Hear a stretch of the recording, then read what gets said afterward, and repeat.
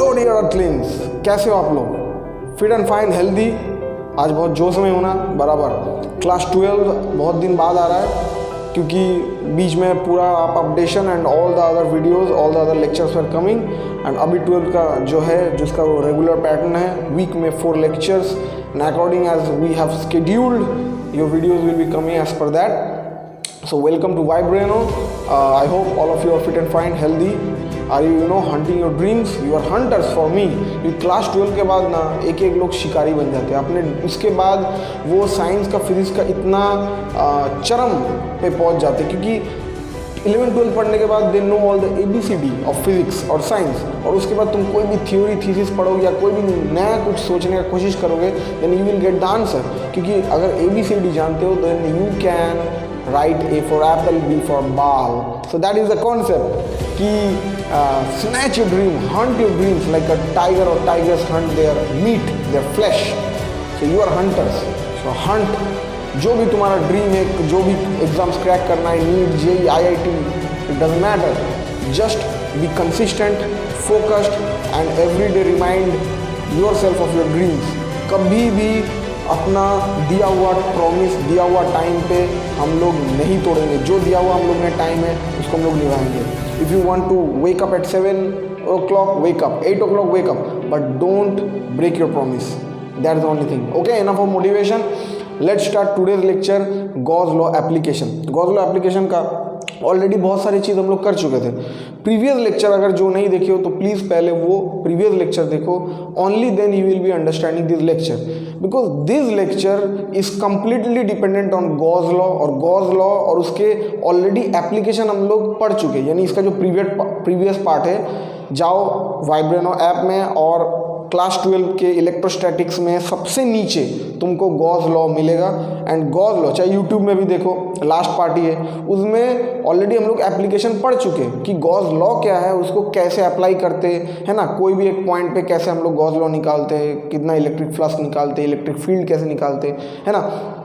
उसके लिए हम लोग एक सिमेट्रिकल शेप बनाते 3D जो कि सिमेट्रिकल हो और ऐसे अरेंज करते ताकि चार्ज बिल्कुल सेंटर में आ जाए। और उस तरीके से हम लोग उसको मतलब गॉस लॉ उसके ऊपर अप्लाई कर सकते हैं। तो Gauss law application has already started, but those questions were short question, यानी 2, 4, 3 मार्क्स का छोटा मोटा क्वेश्चन के लिए वो चल सकता है। मगर कुछ श्योर शॉर्ट लंबा क्वेश्चन रहता है जिसके ऊपर मार्क्स काफ़ी ज़्यादा रहता है, मतलब अबव 3 मार्क्स 4 मार्क्स, वो सब क्वेश्चन थोड़ा सा बाकी रह गया है। और आज हम लोग जो करने वाले हैं गॉस एप्लीकेशन का वो क्या है कि अगर बहुत इनफाइनाइटली एक लॉन्ग, वेरी लॉन्ग, अगर इनफाइनाइटली लॉन्ग कोई चार्ज्ड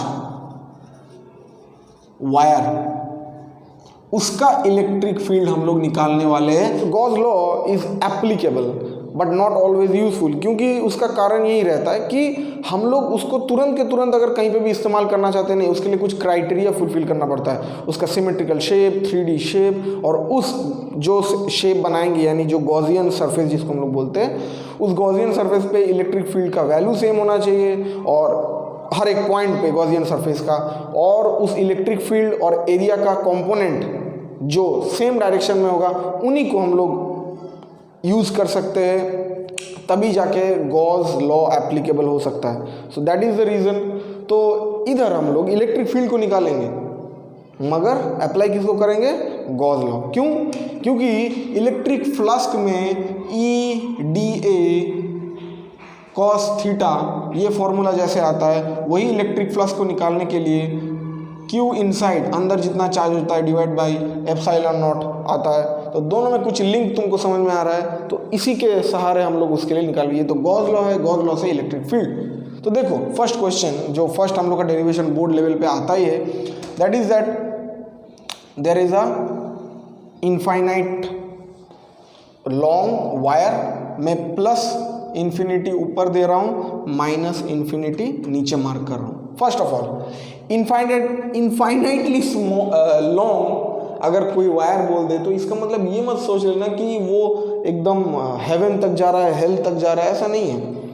उसका मतलब है कि जो वायर के बारे में बात कर रहा है वो काफ़ी लंबा है, उसके साथ जिसको कंपेयर किया जा रहा है, यानी उसके सामने जो पॉइंट है, जो डिस्टेंस है, वो डिस्टेंस इसके सामने ये वायर उसके हिसाब से बहुत लंबा है। तो दैट इज़ द रीज़न हम लोग बोलते हैं। तो देखो क्या बोला जा रहा है कि इससे एक सर्टेन डिस्टेंस है, उस पॉइंट को हम लोग P कह सकते हैं।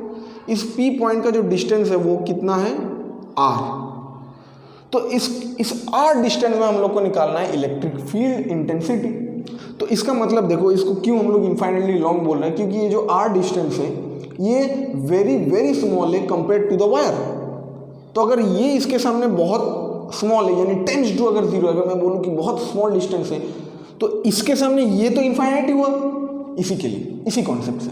Okay, now let's come to the point कि इस पॉइंट में मैं कैसे निकालूंगा। अगर ये वायर क्या है, पॉजिटिवली चार्ज वायर है, ये पॉजिटिवली चार्ज वायर है, यूनिफॉर्मली डिस्ट्रीब्यूटेड इसके अंदर चार्ज है, यानी पर यूनिट लेंथ पे जो चार्ज है वो इक्वली डिस्ट्रीब्यूटेड है। पर यूनिट लेंथ का चार्ज कांस्टेंट है, इक्वली सब जगह में डिस्ट्रीब्यूटेड है।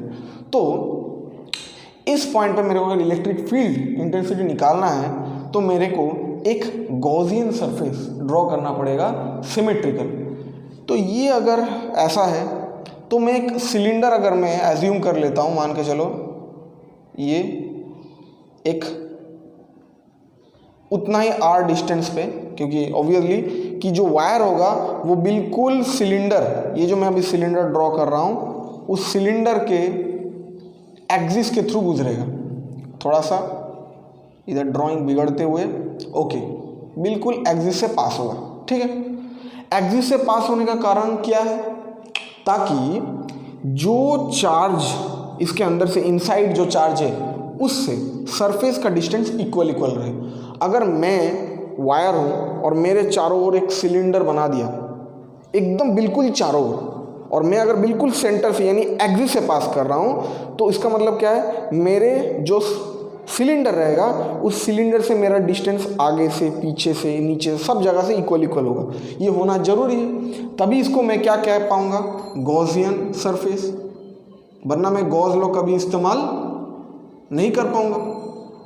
तो ये गॉसियन सरफेस बन गया क्योंकि एक 3D हम लोग ने एक क्लोज्ड सिलेंडर बनाया, ठीक है।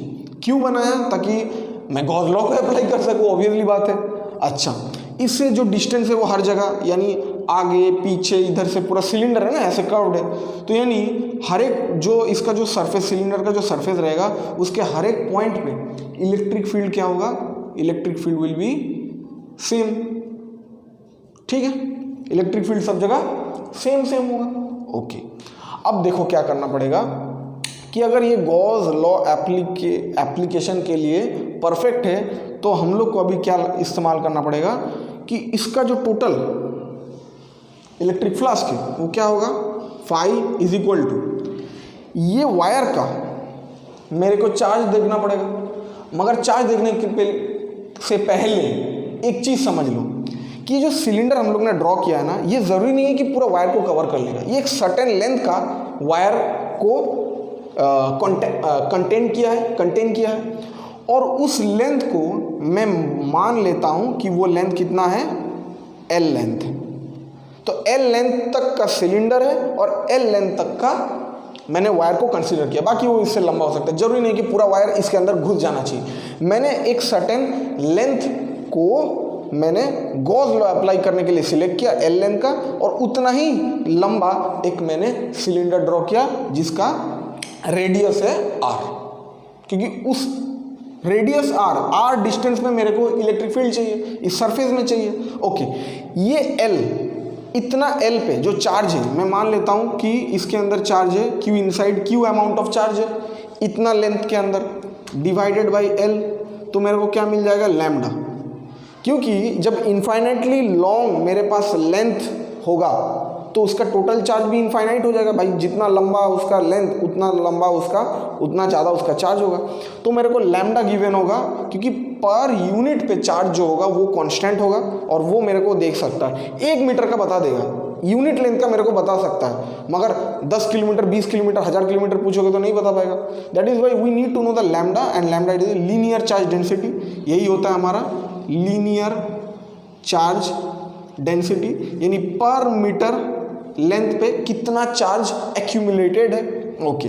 सो मैं इसको अप्लाई करके फाई इज इक्वल टू, हम लोग को पता है कि चार्ज अपॉन एप्सिलॉन नॉट, तो मैं Q inside upon epsilon not लगा सकता हूँ। एट द सेम टाइम मैं इसको लैम्डा, क्योंकि ये एल मल्टीप्लाई होगा, lambda L is equal to Q inside, इतना इस सिलेंडर के अंदर कंटेन करने वाला जितना चार्ज है, ठीक है ना, कंफ्यूज तो नहीं हो जा रहे? ओके, इतना के अंदर जितना चार्ज है, lambda L by epsilon not, this is the flask of the cylinder. अब ये बात सोचो कि 5 सिलेंडर को मैं 3 पार्ट में, ये जो गॉसियन सरफेस, ये जो पूरा 5 बना, इसका 3 हिस्सा हो रहा है। एक ऊपर का जो ढक्कन है, नीचे का जो बेस, बेबी को बेस पसंद है, और जो थर्ड, गंदा जोक्स था ना, हाँ ये जो थर्ड जो कर्व्ड सरफेस, ये जो कर्व्ड सरफेस और दोनों बेस। तो ये 5 को मैं 3 पार्ट में डिवाइड कर सकता हूँ कि नहीं? 5 सिलेंडर इज इक्वल टू, यानी टोटल जो फ्लास्क आ रहा है दैट इज इक्वल टू कि ऊपर का फ्लास्क 5 1 प्लस 5 2 प्लस 5 3। इसको मैं इस फॉर्मूला से देखूंगा, कोई दिक्कत? क्योंकि मेरे को इलेक्ट्रिक फील्ड इंटेंसिटी जानना है, तो आखिरकार मैं पूरा का तो मैं गॉस लॉ से निकाल लूँगा, मगर पर पार्ट को निकालने के लिए, एक हिस्से को निकालने के लिए मेरे को इसी फॉर्मूला का सहारा लेना पड़ेगा, तभी मैं लगाऊंगा ई डी ए कॉस थीटा। अब देखो, क्योंकि ढक्कन ऐसा है, उसके ऊपर एरिया वेक्टर ऐसा होगा, गॉस लॉ में हम लोग सीखे हैं पहले, तो एरिया वेक्टर ऐसे, ये हमारा हो गया एरिया वेक्टर, और इसका एरिया वेक्टर नीचे। अब एक बात सोचो, अब असली बात पे आ जाते हैं कि इसका इलेक्ट्रिक फील्ड कैसे निकलेगा। हर एक पॉइंट की इलेक्ट्रिक फील्ड कैसा होगा? इक्वल होगा, इधर जितना, इधर जितना, इधर जितना, क्योंकि ये पॉजिटिव चार्ज है तो इलेक्ट्रिक फील्ड इस चार्ज की वजह से आउटवर्ड्स निकलेगा, ठीक है। अब बात करते हैं कि इलेक्ट्रिक फील्ड और एरिया वेक्टर का एंगल का, सब जगह इक्वल है, वो तो बराबर है, मगर एरिया वेक्टर के साथ कितना डिग्री एंगल पे है। अगर मैं ये 1, ये इधर से जा रहा है, इधर से 1 वाला पार्ट का देखूँ तो ये 90 डिग्री में एंगल बना रहा है। कौन? ई वेक्टर और ए वेक्टर 90 डिग्री में। तो मैं इसको ई डी ए इंटीग्रेशन देना पड़ेगा, क्योंकि मैं छोटा डी ए पार्ट काट के, वो डेरिवेशन में हम लोगों ने सीखा था, जब अलग अलग ऐसे आर्बिट्ररी अलग अलग शेप का होगा तो हम लोग छोटा एरिया ले सकते हैं, उस छोटा एरिया का हम लोग फ्लास्क निकालेंगे। तो उसमें ई और ए का एंगल कितना है? Cos 90 degree. सेम पार्ट 2 के लिए भी एप्लीकेबल है, ये नीचे के डायरेक्शन में, क्योंकि ये ढक्कन ऐसा है और ये ऐसा, तो क्या होगा? E integration of E D A cos 90 degree. कोई दिक्कत है? ये φ2 का वैल्यू बिठाया। अच्छा, φ3 का देखते हैं, कर्व्ड सरफेस का। अब ये बताओ कर्व्ड सरफेस का कैसे होगा? कर्व्ड सरफेस का अगर तुम देखोगे, ये तो बिल्कुल एक्सिस से जा रहा है, ये मान के चलो ये मेरा सिलेंडर है और बिल्कुल ये बीच में ये हमारा क्या है? वायर, तो उससे इक्वल डिस्टेंस है, यानी एरियल जो वेक्टर होगा वो तुम्हारे ऐसे तुम्हारे आंख के अंदर घुस जा रहा है, आंख दिखाता है, आंख की तरफ जा रहा है, और जो इलेक्ट्रिक फील्ड का वेक्टर है, इलेक्ट्रिक फील्ड स्ट्रेंथ का वेक्टर है, वो भी इलेक्ट्रिक फील्ड भी तुम्हारे साइड में जा रहा है। अच्छा, पीछे का डायरेक्शन में देखो तो पीछे ऐसा है, पीछे का साइड में कैसे दिखाऊंगा? ये पीछे का डायरेक्शन में जा रहा है, कौन? उसका पीछे का सरफेस एरिया पीछे है, तो वो पीछे जाएगा तो इलेक्ट्रिक फील्ड भी पीछे जा रहा है। अच्छा, दायां साइड में ऐसा है, वैसे जा रहा है, ऐसे जा रहा है। इसमें क्या था? ये प्लेट ऐसा था, एरिया वेक्टर ऐसा था, इलेक्ट्रिक फील्ड इसके ऊपर से ऐसे निकल जा रहा है, ऊपर भी ये ऐसा था, ये ऐसे निकल जा रहा है, मगर इधर ऐसा सीन नहीं है। हमेशा सरफेस एरिया और हमारा जो इलेक्ट्रिक फील्ड का वेक्टर है वो दोनों पैरेलल है, सेम डायरेक्शन में जा रहा है ना, वो भी आउटवर्ड्स निकल रहा है और एरिया का वेक्टर भी आउटवर्ड्स निकल रहा है। फॉरवर्ड होगा तो ऐसा, दायां बायां होगा तो ऐसा, पीछे होगा तो ऐसा, दायां होगा। तो इसका मतलब है कि दोनों का एंगल क्या है? ये हमारा ई का डायरेक्शन भी वही है और इधर से एरिया वेक्टर का डायरेक्शन भी वही है। इधर अगर मैं देखूँ कि इससे मेरा एरिया वेक्टर भी ऐसा डायरेक्शन में है और इससे जो इलेक्ट्रिक फील्ड जा रहा है वो भी इस डायरेक्शन में, यानी मैं बोल सकता हूँ कि integration E D A cos 0। Sir ये तो बहुत सिंपल चीज़ है, आप बहुत ज़्यादा समझा दिए क्या? दोनों 0 नहीं हो जाएगा? सोचो, कॉस 90 का वैल्यू 0, ये 0, ये 0, दोनों हो गया, तो ई डी ए कॉस 0 यानी हो गया कॉस 0 का वैल्यू 1 हो गया, तो ई डी ए इंटीग्रेशन। अच्छा, हम लोग ने अभी अभी क्या पढ़ा है? ई विल बी सेम, क्योंकि बिल्कुल सेंटर से जा रहा है, इक्वी डिस्टेंस में है, तो इलेक्ट्रिक फील्ड गॉसियन ये जो कर्व्ड सरफेस होगा उसके हर एक पॉइंट पे सेम होगा। यानी ई कांस्टेंट है और कांस्टेंट का इंटीग्रेशन नहीं होता है, वो बाहर आ जाता है, तो क्या होगा इंटीग्रेशन ऑफ डी ए। बोलो integration of D A. D A का जब इंटीग्रेशन करूंगा यानी कर्व्ड सरफेस का मेरे को टोटल एरिया निकालना पड़ेगा, और कर्व्ड सरफेस का टोटल एरिया कितना होता है 2 पाई आर एल होता है ना। कर्व्ड सरफेस ऑफ सिलेंडर कितना होगा 2 पाई आर एल, इसका लेंथ एल है 2 पाई आर, तो मैं नेक्स्ट स्टेप में लिख सकता हूं ई 2 पाई आर एल। अच्छा ये बताओ 5 सिलेंडर का वैल्यू हम लोग ने कितना निकाला, तो इसको 5 सिलेंडर का वैल्यू मैं लिख सकता हूँ नीचे कि lambda L by epsilon not. ये 5 सिलेंडर को मैंने 3 पार्ट में बांटा, 5.1 गायब, 5.2 गायब, 5.3 पड़ा था। 5.3 का वैल्यू कितना आया E2, ये नीचे ज़्यादा आ गया, E2 पाई आर एल, एल से एल कट गया, तो मेरे हाथ में क्या लगा, E को मेरे को पाना है, 2 पाई आर नीचे आ जाएगा, तो मैं किधर लिखूँ, इधर लिख दूँ, 2 पाई आर नीचे आ जाएगा, तो lambda by epsilon not 2 pi r. बोलो ये 2 पाई आर, ये चीज़ नीचे आ जाएगा, E is equal to lambda by epsilon not 2 pi r. Equation बहुत क्लियर है, बहुत सिंपल है। बोलो कोई दिक्कत है? इससे एक कंक्लूजन क्या निकल रहा है, ये चीज़ समझ में आ गया कि अगर कोई ऐसे वायर अगर तुम रख रहे हो, कितना भी लंबा रखो, उसके लेंथ के ऊपर इलेक्ट्रिक फील्ड का कोई लेना देना नहीं है। वो कितना भी लंबा हो कोई लेना देना नहीं है, क्योंकि कोई लेंथ उसके इक्वेशन के अंदर आया भी नहीं है। उसका जो डिस्टेंस है वो डिपेंड कर रहा है, जितना ज़्यादा डिस्टेंस होगा इलेक्ट्रिक फील्ड कम होगा। इन्वर्सली प्रोपोर्शनल हम लोग को दिख रहा है। कैसे, इसको मैं मिटा दूँ। अच्छा देखो, लैम्डा कांस्टेंट हो गया, epsilon not constant, 2 constant, pi constant, R तो कांस्टेंट नहीं है, वो तो वेरिएबल डिस्टेंस है, यानी E varies as 1 by R. Distance जितना ज़्यादा होगा ऑब्वियसली बात है इलेक्ट्रिक फील्ड, ये it make sense, completely sense man. जितना दूर जाओगे इलेक्ट्रिक फील्ड का ताकत स्ट्रेंथ तो उतना कम होते रहेगा। मगर उसका जो इक्वेशन आया वो बहुत खूबसूरत था, लीनियर चार्ज डेंसिटी से जो इक्वेशन आया। तो इसका ग्राफ कैसा होगा, नॉर्मल सी बात है भाई, क्या होगा, ई जब मतलब सॉरी रेडियस जितना कम उतना ज़्यादा, रेडियस बड़ा यानी मैं इसको रेडियस नाम दे देता हूँ। चलो ये मेरा वायर गुजर रहा है, ये मेरा सिलेंडर हो गया, ठीक है। तो इसका मतलब है मैं जितना आगे जाते जाऊँगा उतना घटते घटते जाएगा। ये मेरा ग्राफ हो गया। बड़ा करके दिखाऊँ, जितना नज़दीक रहेगा चार्ज का उतना ज़्यादा, दूर जाएगा तो कम होते जाएगा। This is the direction of E. जितना आर बढ़ेगा उतना घटते घटते जाएगा, ठीक है।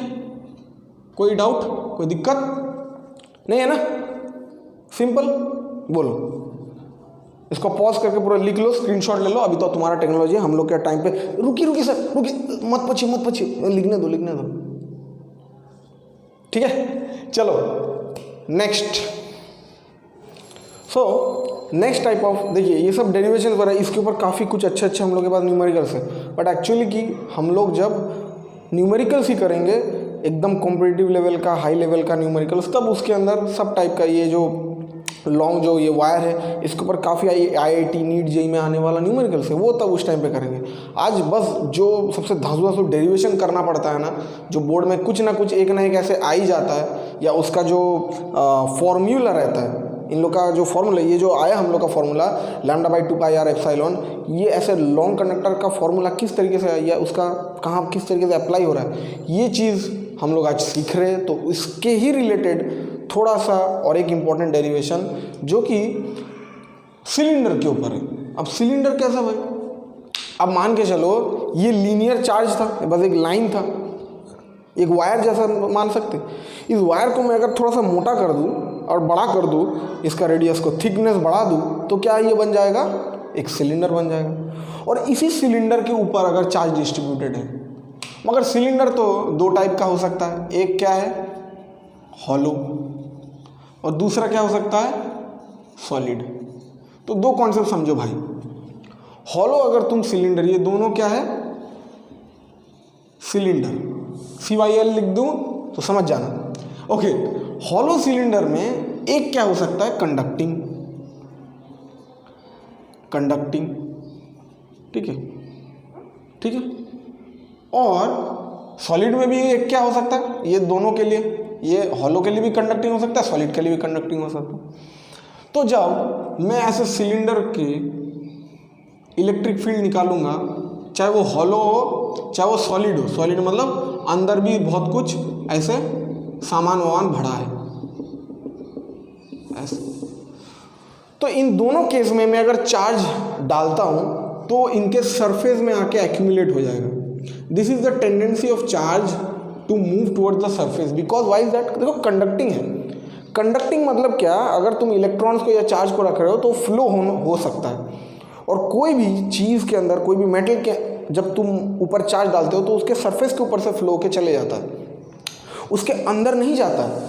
तुम एक कार के ऊपर सेफ हो, तुम एक कार के अंदर भले बिजली कड़के, भले लाइटनिंग गिरे, you are safe inside a car. ये इसी धर्म की वजह से होता है। तो एक तरीके से समझ सकते हैं कि जब हम लोग चार्ज भले डालते हैं इसके ऊपर, मतलब मैंने इधर चार्ज डाल दिया, मगर इसके अंदर चार्ज एक्यूमुलेटेड नहीं होगा क्योंकि ये कंडक्टिंग है। जब मैं कंडक्टिंग का बात कर रहा हूँ, क्योंकि ये सब क्या हो जाएगा, फ्लो हो जाएगा, इधर उधर इधर उधर जाके सरफेस में जमा हो जाएगा। और अगर हॉलो है तो भाई अंदर तो टिकने का जगह ही नहीं है। हॉलो मतलब क्या, खोखला। तो खोखला जब सिलेंडर रहता है तो भी उधर क्या, कहाँ चले जाता है, सरफेस में। ये भी सरफेस में डिस्ट्रीब्यूट हो जाता है, ये भी सरफेस में डिस्ट्रीब्यूट हो जाता है। अगर मैं नॉन कंडक्टिंग की बात करूं, नॉन कंडक्टिंग मतलब भाई वो करंट नहीं, मतलब इलेक्ट्रॉन तुमने चार्ज डाल दिया, वो जहां का तहां रह गया, वो फ्लो नहीं होगा। तो अगर सोचो कि मैं अगर नॉन कंडक्टिंग में, जैसे कि सॉलिड का मैं अगर एग्जांपल दे रहा हूँ, हॉलो का तो भाई समझ गए होंगे कि मैं अगर हॉलो कंडक्टिंग रखूँ या नॉन कंडक्टिंग रखूँ, वो तो सरफेस में जमा होने वाला है, सरफेस में इकट्ठा होने वाला है, बीच में थोड़ी ना कुछ है कि जहाँ पे फ्लो हो जाएगा, कुछ हो जाएगा, निकल जाएगा। वो अगर तुमने चार्ज दे दिया तो उसके सरफेस में क्या हो जाएगा, डिस्ट्रीब्यूट हो जाएगा चार्ज। और उसी सिलेंडर, उसी सरफेस में जो चार्ज डिस्ट्रीब्यूटेड हुआ है, उसी का इलेक्ट्रिक फील्ड स्ट्रेंथ हम लोग को निकालना पड़ेगा आउटसाइड और एक बार इनसाइड। इसी के लिए मैं इतना झमेला करवा रहा हूँ, थोड़ा सा ध्यान से देखो, पूरा समझ में आ जाएगा, एकदम नीट एंड क्लियर समझ में आएगा, कोई इसमें गुंजाइश ही नहीं है। और ये सब एक दो क्वेश्चन श्योर शॉर्ट आ जाता है डेरिवेशन के फॉर्म में। ओके, अब देखो नॉन कंडक्टिंग में भी क्या होगा, सरफेस में रहेगा, क्योंकि भाई अंदर तो कुछ है नहीं, कहीं नहीं लगेगा। ये देखो सॉलिड में क्या होता है, ये हम लोग डेरिवेशन करेंगे, मगर पहले कॉन्सेप्ट समझ लो कि इसके अंदर जो भी चार्जेस रहेंगे वो वॉल्यूम के अंदर डिस्ट्रीब्यूट हो जाएगा। तुमने जिस तरीके से चार्ज अगर डाल दिया तो जहाँ का तहाँ वही रह जाएगा, क्योंकि ये कंडक्ट नहीं कर रहा है ना, चार्ज एक जगह से दूसरी जगह से तीसरी जगह फ्लो नहीं हो पाएगा। अगर फ्लो हो पाता तो अंदर चार्ज नहीं रह पाता, सब सरफेस में आ जाता, जैसे इधर हुआ है। इधर कोई अंदर चार्ज नहीं रहता है, ये जो डॉट डॉट में दिखाऊं बस मास दिखाने के लिए, अंदर कोई भी चार्ज नहीं है। तुमने चार्ज डाला, चार्ज तुरंत इधर आ गया, इधर से चार्ज गायब हो गया। मगर नॉन कंडक्टिंग में ऐसा नहीं होता है, जहाँ का वहाँ सरफेस में भी रहेगा, मतलब इसके ऊपर रहेगा, इसके अंदर रहेगा, सब जगह में इक्वल ऐसा फैला रहेगा। यानी इसका पूरा वॉल्यूम में डिस्ट्रीब्यूटेड होता है चार्ज। और इस हिसाब से हम लोग को डेरिवेशन करना पड़ेगा कि इसके इनसाइड और आउटसाइड क्या क्या होता है। तो ये तो समझ जा रहे हो कि हॉलो सिलेंडर सॉलिड और हॉलो सिलेंडर कंडक्टिंग और हॉलो का नॉन कंडक्टिंग, यानी हॉलो हुआ तो सरफेस में रहेगा, सॉलिड कंडक्टिंग हुआ तो भी सरफेस में रहेगा। तो इन तीनों का जो डेरिवेशन एक ही साथ हो जाने वाला है, एक ही डिज़ाइन या पैटर्न में होगा, तो उसको पहले कर लेते हैं। तो इसको मैं मिटा देता हूँ।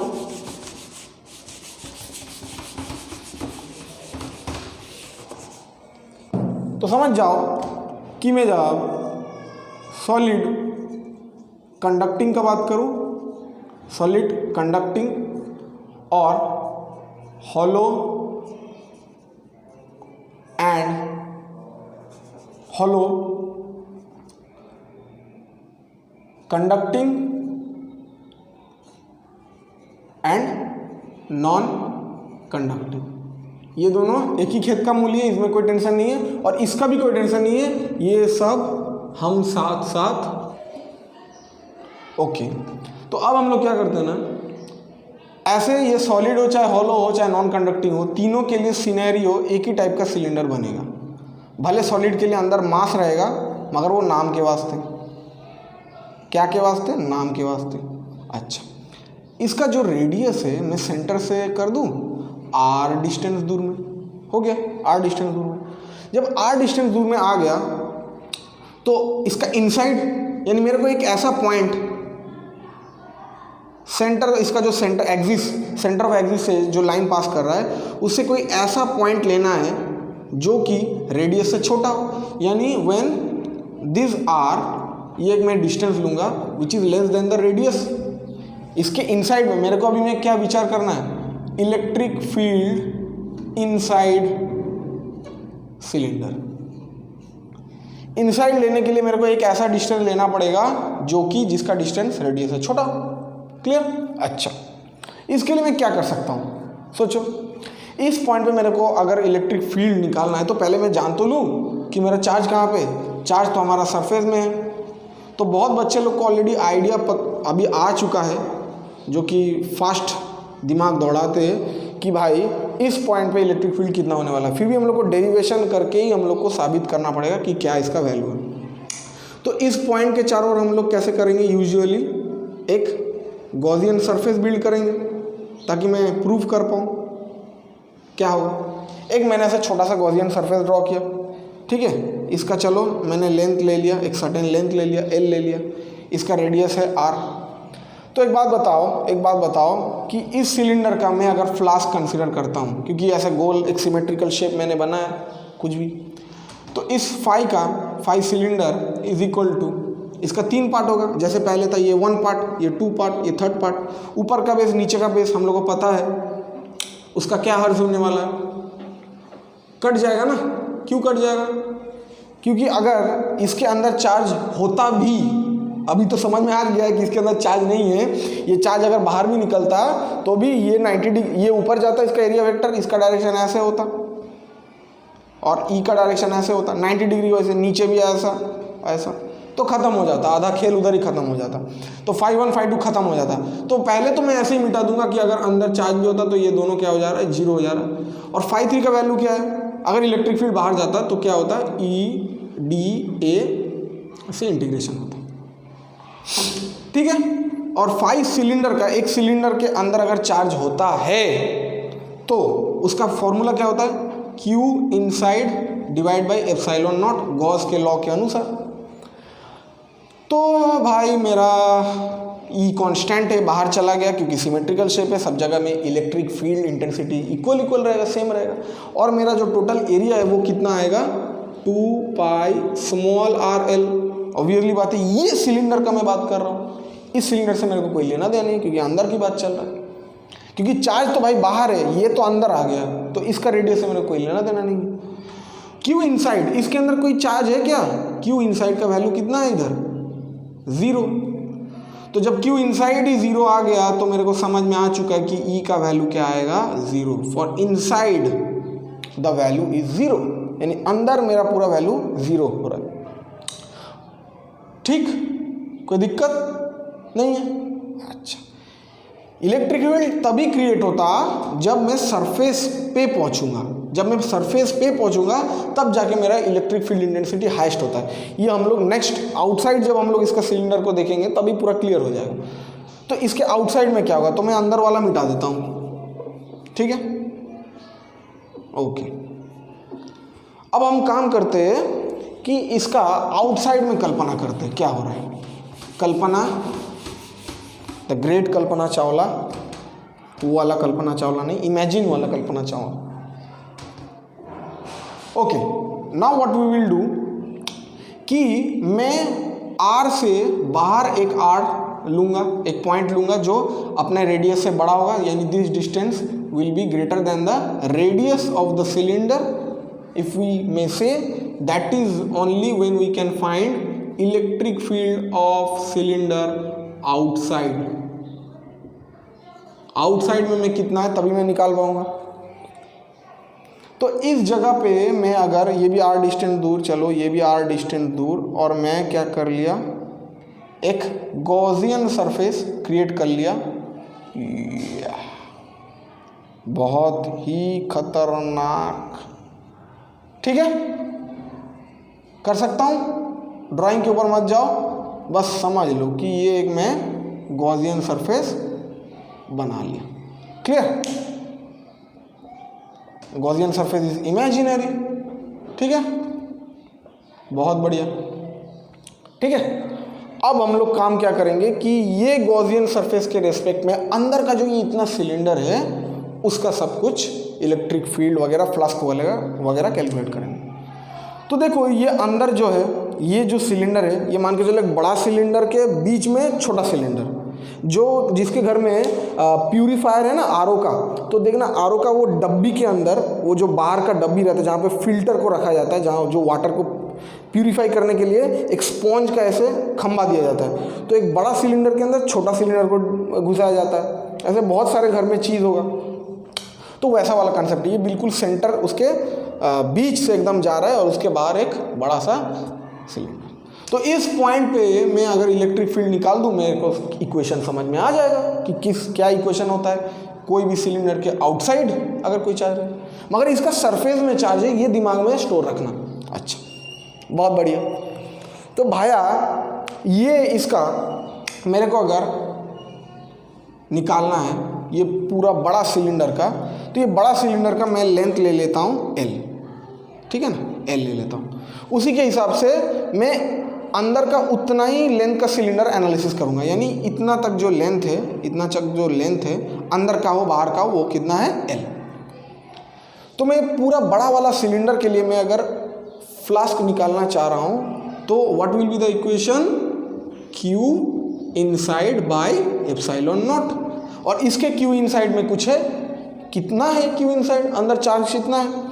अब देखो ये सरफेस में डिस्ट्रीब्यूटेड है, तो मेरे को सरफेस चार्ज डेंसिटी, इसको क्या बोला जाता है, सरफेस चार्ज डेंसिटी। क्या बन गया, सरफेस चार्ज डेंसिटी। तो सिग्मा ये जो हमारा आ रहा है, sigma is equal to, sigma मैंने क्यों लिया, क्योंकि ये सरफेस में डिस्ट्रीब्यूटेड है।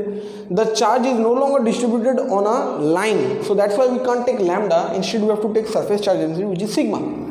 नाउ सिग्मा इज व्हाट, जो भी इसका ऊपर चार्ज डिस्ट्रीब्यूटेड है, हम लोग क्यू ही नहीं बोलेंगे, डिवाइड बाई इसका जो एरिया है, इसका जो एरिया है वो एरिया कितना होगा, 2 pi capital R. Capital R क्यों, क्योंकि इसका रेडियस तो आर है। ये तो मैं इस सिलेंडर का बात कर रहा हूँ, चार्ज कहाँ पे, इस सिलेंडर पे। तो एरिया किसका, कर्व्ड सरफेस एरिया किसका लिया जाएगा, अंदर वाला सिलेंडर का। तो 2 पाई आर और इसका लेंथ मैं एल ही ले रहा हूँ, क्योंकि मेरे को जो गॉसियन सरफेस जितना मैंने लिया है उतना ही गॉसियन सरफेस का कॉरेस्पॉन्डिंग मेरे को अंदर का सिलेंडर का लेंथ मेरे को कैलकुलेट करना है, क्योंकि इसके बाहर वाला सिलेंडर का असर थोड़ी ना इस पॉइंट में होगा। अगर इस पॉइंट पे मेरे को देखना है, मतलब इस सिलेंडर का देखना है, तो इस सिलेंडर के अंदर रहने वाला जितना पार्ट है वही तो मेरे को कैलकुलेट करना पड़ेगा। इसके ऊपर नीचे अगर कोई सिलेंडर का हिस्सा जा रहा है उसको मैं नहीं ले सकता। दैट इज द रीज़न कि मैं इसके अंदर रहने वाला जो सिलेंडर का लेंथ है उसको भी मैं कितना पकड़ूंगा, L। ये जो लेंथ इसका होगा वही लेंथ को मैं पकड़ूंगा कि इधर से इधर का अंदर का जो सिलेंडर का लेंथ है वो भी L है, तो 2 पाई आर एल। कौन सा समझ में, कि ऐसा नहीं कि ज़बरदस्ती L डाल दिया, इसका हो सकता है ज़्यादा हो, क्या इसका ज़्यादा भी हो सकता है, मगर मैं उतना ही पार्ट लूँगा जितना कि मैं गॉसियन सरफेस जितना तक मैं कंसिडर किया हूँ। Are you getting my point? अच्छा, तो Q inside by 2 pi are L, और मैं इसको डाल दूंगा कहाँ पे, इधर Q। अच्छा, तो पहली बात है Q इनसाइड को तो मेरे को हटाना है, तो मैं इधर मल्टीप्लाई करके सिग्मा 2 पाई आर एल, क्योंकि Q इनसाइड को ही मेरे को ख़त्म कर देना, क्योंकि मेरे पास जो गिवन रहेगा वो क्या होगा, सरफेस चार्ज डेंसिटी। तो sigma 2 pi R L divide by epsilon not, ये आ गया। और सेम तरीके से इसका भी 3 पार्ट होगा, क्योंकि ये जो मैंने इतना बड़ा कंसीडर किया, तो इसका एक ये ऊपर वाला, ये जो ऊपर वाला जगह आ रहा है, एक इसका ये नीचे वाला जगह आ रहा है, और इसका एक कर्व्ड सरफेस एरिया आ रहा है। तो फाई, इसका ये टोटल फाई को मैं फाई 1, इसको मैं 1 दे देता हूँ, इसको मैं 2 दे देता हूँ, और इसको मैं 3 दे देता हूँ। ये कर्व्ड सरफेस जो phi 1 plus phi 2 plus phi 3, और सेम कानून से इसका जो निकलेगा वो कहाँ होगा, देखो इसका डायरेक्शन कैसा है, ऐसा। तो इसका जो एरिया डेंसिटी है इस बेस में मैं अगर देखूं तो इसका एरिया डेंसिटी ऐसे आएगा, इसका एरिया डेंसिटी ऐसे आएगा। तुम कोई भी जगह पे अगर कल्पना कर लो उस लेवल पे इलेक्ट्रिक फील्ड ऐसे जा रहा है, और उस लेवल पे अगर मैं उसका बेस को या सीलिंग को, इसका जो माथा है, इसका जो ऊपर का कैप है और नीचे का बेस है वो ऐसा रहेगा, उसका एरिया वेक्टर नीचे जाएगा, 90 डिग्री में रहेगा, चाहे कोई भी सिलेंडर का लो। तो 1 और ये नीचे वाला 2 पार्ट, ये दोनों 90 डिग्री इलेक्ट्रिक फील्ड के साथ बनाने की वजह से ये कट के 0 हो जाता है और φ3 बचता है। φ3 का कितना होगा, E dA cos 0 इंटीग्रेशन। और इस फाई का वैल्यू हम लोग ने क्या निकाला है, sigma 2 pi are L by epsilon not.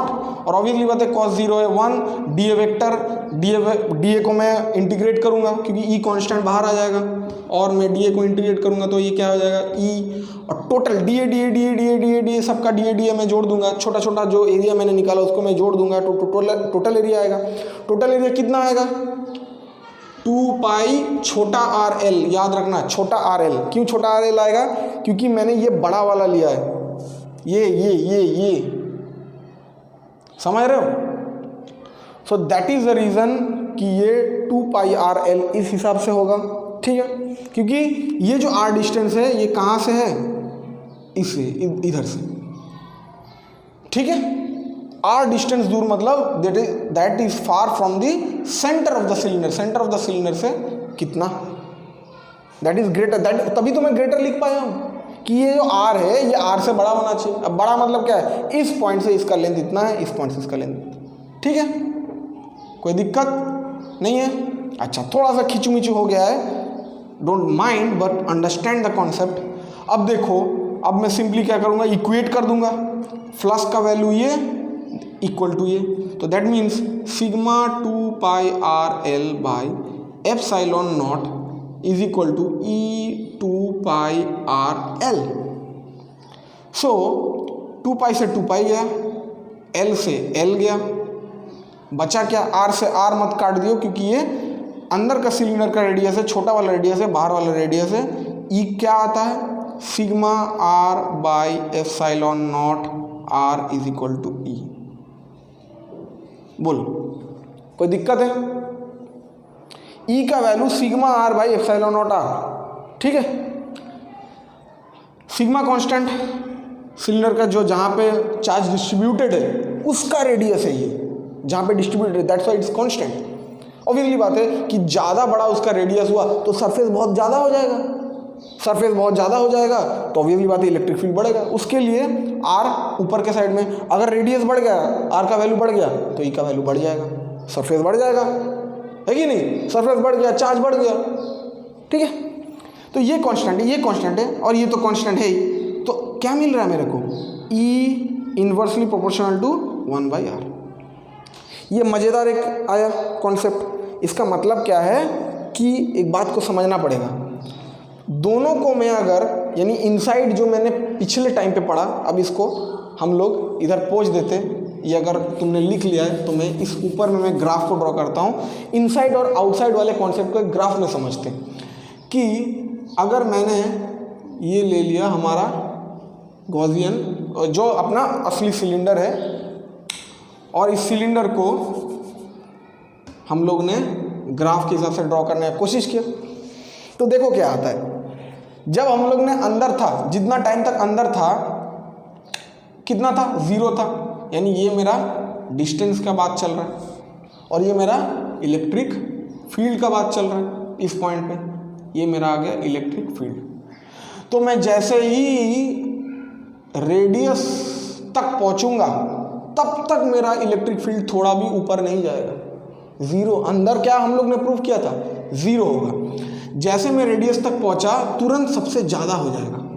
देखना चाहोगे, देखना चाहोगे, देखो r is equal to r रख के देखो कितना होगा, सिग्मा आर बाई आर, ये आने वाला ना, sigma are by epsilon naught, और आर की जगह में आर रखो, आर आर कट जाएगा, E is equal to sigma by epsilon naught. यही गॉस लॉ कहता है, यानी टोटल फ्लक्स सबसे ज़्यादा होगा। जैसे ही तुमने कुछ ना कुछ वैल्यू बड़ा, अगर आर का वैल्यू बढ़ गया तो फ्रैक्शन क्या हो जाएगा, छोटा हो जाएगा, वैल्यू छोटा हो जाएगा। नीचे अगर बड़ा वैल्यू आ गया तो क्या होगा, फ्रैक्शन छोटा हो जाएगा, ई का वैल्यू भी छोटा हो जाएगा। इसी की वजह से मैं जैसे ही आगे बढ़ता रहूँगा छोटा छोटा छोटा छोटा छोटा छोटा, इस तरीके से ग्राफ खत्म। यानी अंदर तो जीरो रहेगा, सडनली जब सरफेस तक रीच करेगा, आर तक जब रीच करेगा, ये हमारा कौन सा पॉइंट है, आर। जब आर तक रीच करेगा तो सडनली सबसे हाईएस्ट होगा सिग्मा बाय एप्सिलॉन नॉट। जैसे ही अब डिस्टेंस बढ़ेगा, यानी इसके बाहर जैसे आएगा, मेक सेंस कंप्लीटली। इससे ऑब्वियसली बात है कि जितना दूर जाते जाएगा, इस पॉइंट से अगर मैं दूर जाते गया तो नॉर्मल सी बात है इलेक्ट्रिक फील्ड का इंटेंसिटी, इस इक्वेशन से, इस कंडीशन से हम लोग समझ सकते हैं। ये इनसाइड और आउटसाइड दोनों का सिनेरियो हो गया। क्लियर हो, कोई दिक्कत? अच्छा, इसको अच्छे से लिख लो, समझ लो, काफ़ी लंबा कॉन्सेप्ट था, एक एक पॉइंट को समझना जरूरी था। अब हम लोग करेंगे सॉलिड नॉन कंडक्टिंग। पोज देता हूँ, सॉलिड नॉन कंडक्टिंग। हम लोग ने क्या ऑलरेडी पिछले कुछ देर पहले कॉन्सेप्ट हम लोग को मिल गया था कि अगर मैं एक, ये सॉलिड है बॉस, अंदर ठोस सामान वामान सब है ना, मगर नॉन कंडक्टिंग है, यानी चार्ज क्या है ना, फ्लो नहीं कर पाएगा, एस्केप नहीं कर पाएगा। ठीक है, अच्छा, इसका मतलब ये हुआ कि इसका जो भी मान के चलो आर इसका रेडियस होगा और इसका इनसाइड और आउटसाइड, तो इसके सेंटर ऑफ एक्सिस से मैं क्या कराऊंगा, एक लाइन पास करवाया। ठीक है, इससे क्या है, आर इसका रेडियस में मैंने बिल्ड कर दिया। इसके इनसाइड में यानी सिलेंडर के अंदर आर डिस्टेंस पे एक पॉइंट है जिसका मेरे को इलेक्ट्रिक फील्ड इंटेंसिटी निकालना पड़ेगा। अच्छा, इस पॉइंट पे मेरे को अगर निकालना है, so this r should obviously less than the radius. ये कंडीशन जब रहेगा तभी मैं इनसाइड इलेक्ट्रिक फील्ड इंटेंसिटी निकाल सकता हूँ। अच्छा, तो इधर मैं क्या करूँगा, एक बात समझना पड़ेगा कि इधर जो चार्जेस है वो क्या है, इक्वली यूनिफॉर्मली डिस्ट्रीब्यूटेड रहेगा।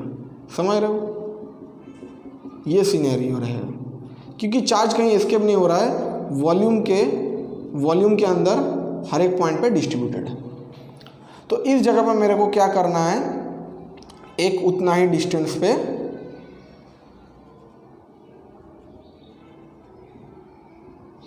ठीक है, दिख रहा है सिलेंडर अंदर, ये सिलेंडर मेरे को मैंने गॉसियन सरफेस के हिसाब से निकाल लिया, ये हमारा गॉसियन सरफेस हो गया। अब देखो इस गॉसियन के सरफेस के अंदर सर्टेन अमाउंट ऑफ चार्जेस है, ये सब चार्जेस अंदर है, और अब निकालना पड़ेगा कि क्या है इसका, क्या इलेक्ट्रिक फील्ड इंटेंसिटी। तो इसका जो लेंथ है मैं वो नाम मान लेता हूँ एल लेंथ है, कोई बात नहीं है, और अंदर चार्जेस पूरा भरा पड़ा है।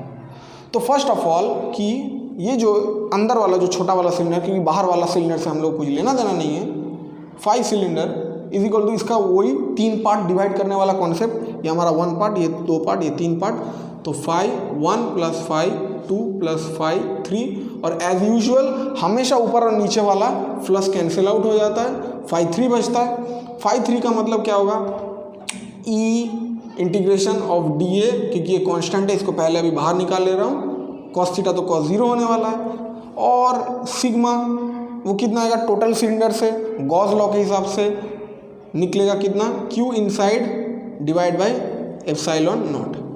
क्यू इनसाइड कितना होगा, अंदर कितना होगा, अंदर वॉल्यूम में डिस्ट्रीब्यूटेड है, तो वॉल्यूम में डिस्ट्रीब्यूटेड है तो हम लोग क्या करेंगे, वॉल्यूम चार्ज डेंसिटी के हिसाब से करेंगे, वॉल्यूम चार्ज डेंसिटी, क्योंकि इसके वॉल्यूम के अंदर डिस्ट्रीब्यूटेड है, हर एक पॉइंट पे इधर डिस्ट्रीब्यूटेड है, वॉल्यूम में डिस्ट्रीब्यूटेड है। तो इसका चार्ज क्यू इनसाइड को निकालने के लिए हम लोग को वॉल्यूम चार्ज डेंसिटी के लिए क्या करना पड़ेगा, Q inside divide by volume. Volume क्या होता है हम लोग को पता है ना, एक सिलेंडर का वॉल्यूम क्या होता है, जल्दी बताओ, पाई आर, रेडियस कितना है आर स्क्वायर, लेंथ उसका लेंथ जितना होगा, हाइट लेंथ एक ही बात है, तो Q inside is equal to rho pi are square L. ठीक है, पाई आर स्क्वायर एल, कोई दिक्कत नहीं है। अब मैं क्यू इनसाइड की जगह rho pi are square L divide by epsilon not लिख दूंगा।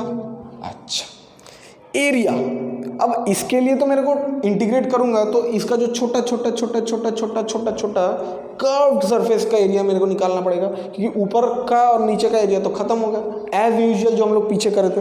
तो इधर भी एरिया क्या होगा हम लोग को पता है 2πrl और सामने बैठ गया e, ठीक है। 2πrl उसका कर्व्ड सरफेस एरिया बन गया और ये हमारा बन गया e। हम लोग को चाहिए e, तो पहले काटाकुटी का काम, शुभ काम पे देरी क्यों। एक r से एक r मर गया तो हमारे पास बचा ρrl बाई 2, l से l भी मर गया, एप्सिलॉन नॉट। खूबसूरत इक्वेशन आया, ρrl बाई 2 एप्सिलॉन नॉट, कोई दिक्कत नहीं है। 2πrl अंदर का सिलेंडर का कर्व्ड सरफेस एरिया था 2πrl। जैसे पूरा सिलेंडर से इलेक्ट्रिक फ्लक्स हमेशा क्या निकलेगा, क्योंकि मैं टोटल सिलेंडर कंसीडर कर रहा हूँ, तो इस टोटल सिलेंडर से Q by epsilon not. Q को हमेशा हम लोग ने चार्ज डेंसिटी से एज्यूम करके लिख दिया, क्योंकि चार्ज डेंसिटी हमेशा कांस्टेंट रहेगा। मतलब इनसाइड चार्ज मेरे को फिक्स नहीं मिल सकता, जितना बड़ा सिलेंडर उसका इनसाइड का चार्ज भी वेरिएबल हो जाएगा। मगर चार्ज डेंसिटी, चाहे वो लाइन बराबर हो, चाहे वो एरिया बराबर हो, चाहे वो वॉल्यूम बराबर हो, वो मेरे को दे के रख सकता है, वो कांस्टेंट हो सकता है। तो मैंने चार्ज डेंसिटी उसको रिप्लेस किया, आ गया। मगर ये इलेक्ट्रिक फील्ड किसके लिए आ रहा है, इनसाइड के लिए, ये इनसाइड के लिए है। यानी एक बात इसमें देखना पड़ेगा कि मेरा इलेक्ट्रिक फील्ड का वेरिएबिलिटी कैसे आ रहा है। देखो इसका मैंने एक लेंथ तो चलो कंसीडर कर दिया, कांस्टेंट ले लिया, 2 कांस्टेंट है, एप्सिलॉन कांस्टेंट है, रो कांस्टेंट है। ये जो मैंने सिलेंडर का अभी के लिए देखा कि इसका मैं एक फिक्स्ड लेंथ के लिए ले रहा हूँ ना, एक फिक्स्ड लेंथ के लिए ले रहा हूँ, चाहे सिलेंडर का लेंथ के बराबर हो।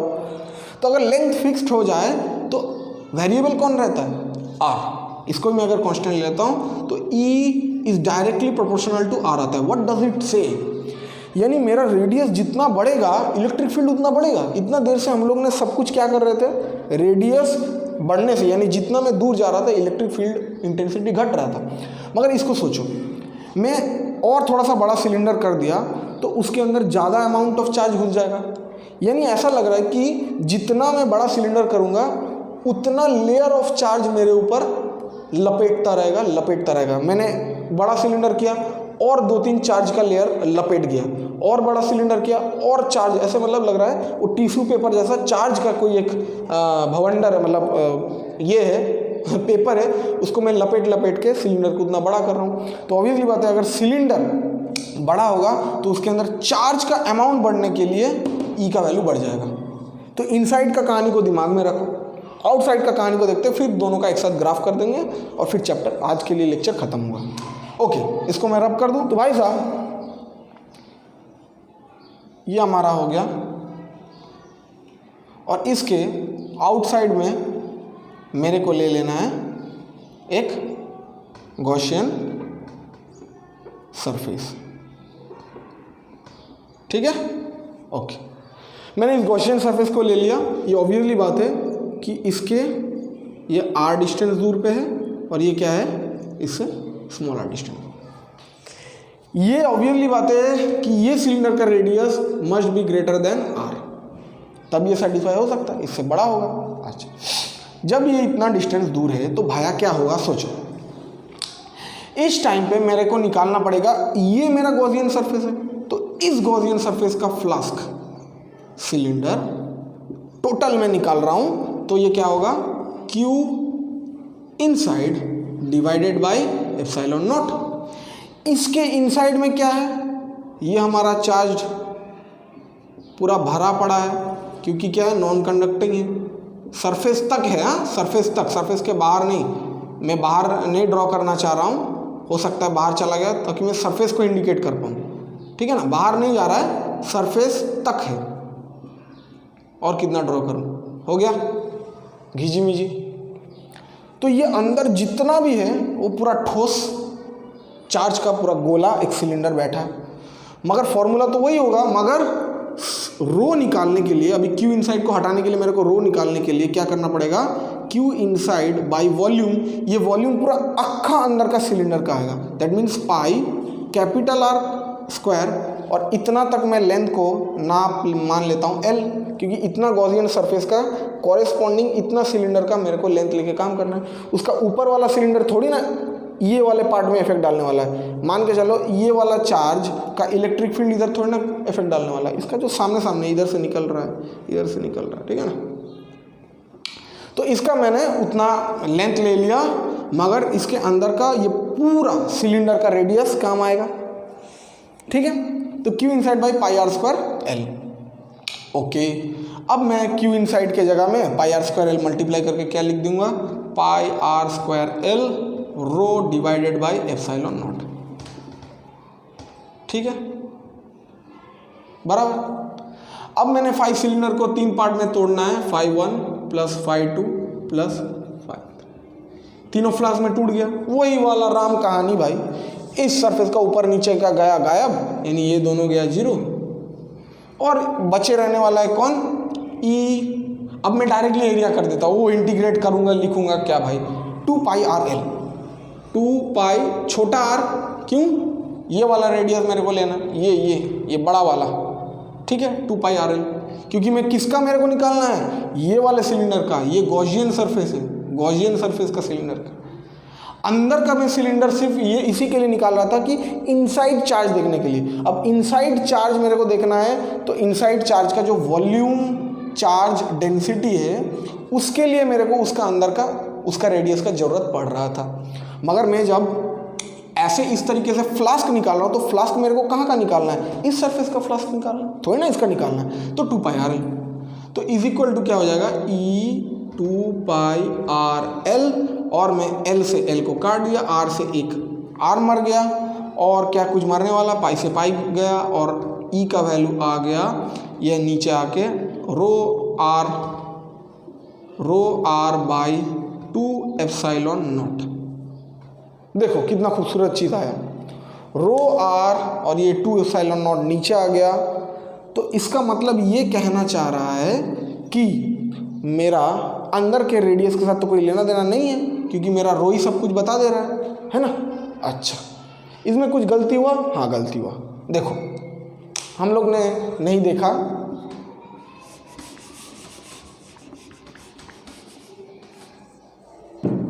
अच्छा, तो पाई आर ये अंदर वाला सिलेंडर का रेडियस है, अंदर वाला सिलेंडर का रेडियस को ही पकड़ूंगा ना इनसाइड चार्ज निकालने के लिए, वरना मेरे को अंदर का रेडियस का कुछ काम नहीं आता।